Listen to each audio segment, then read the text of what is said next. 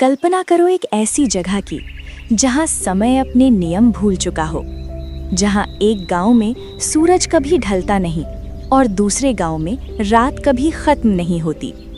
लोग कहते हैं ये जगह नहीं, एक रहस्य है, और इस रहस्य के पीछे छिपी है एक ऐसी कहानी जो इंसान के दिल के उजाले और अंधेरे की सच्चाई बताती है। आज मैं तुम्हें सुनाने जा रहा हूँ दो गांवों की कहानी, दिन और रात के बीच फंसी एक दुनिया की कहानी। बहुत समय पहले घने जंगलों और ऊंचे पहाड़ों के बीच दो गांव बसे हुए थे।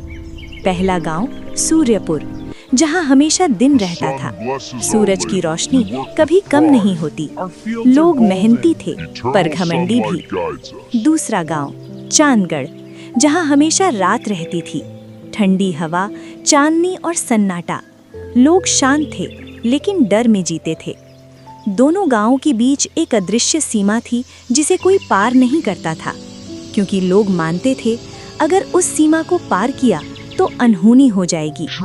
सूर्यपुर के लोग कहते थे अंधेरा अशुभ होता है, चांदगढ़ के लोग कहते थे ज्यादा रोशनी विनाश लाती है।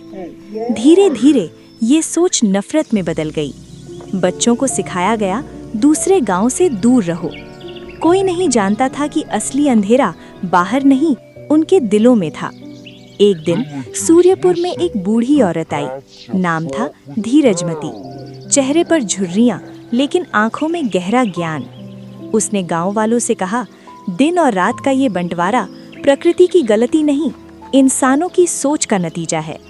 लोग हंस पड़े, लेकिन जाते जाते धीरजमती ने कहा, जल्द ही ये असंतुलन तुम सबको एक सबक सिखाएगा। कुछ ही दिनों में अजीब घटनाएं होने लगी। सूर्यपुर में फसलें जलने लगी, चांदगढ़ में अंधेरा और गहरा हो गया, दिन और रात एक दूसरे से टकराने लगे।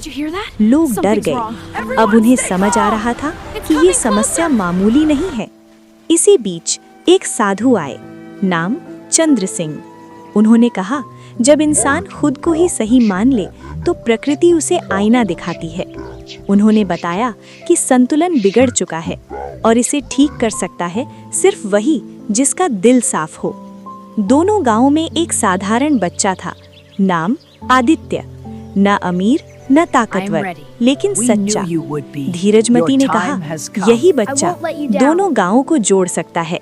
आदित्य डर गया, लेकिन फिर उसने सोचा, अगर मैं नहीं तो कौन?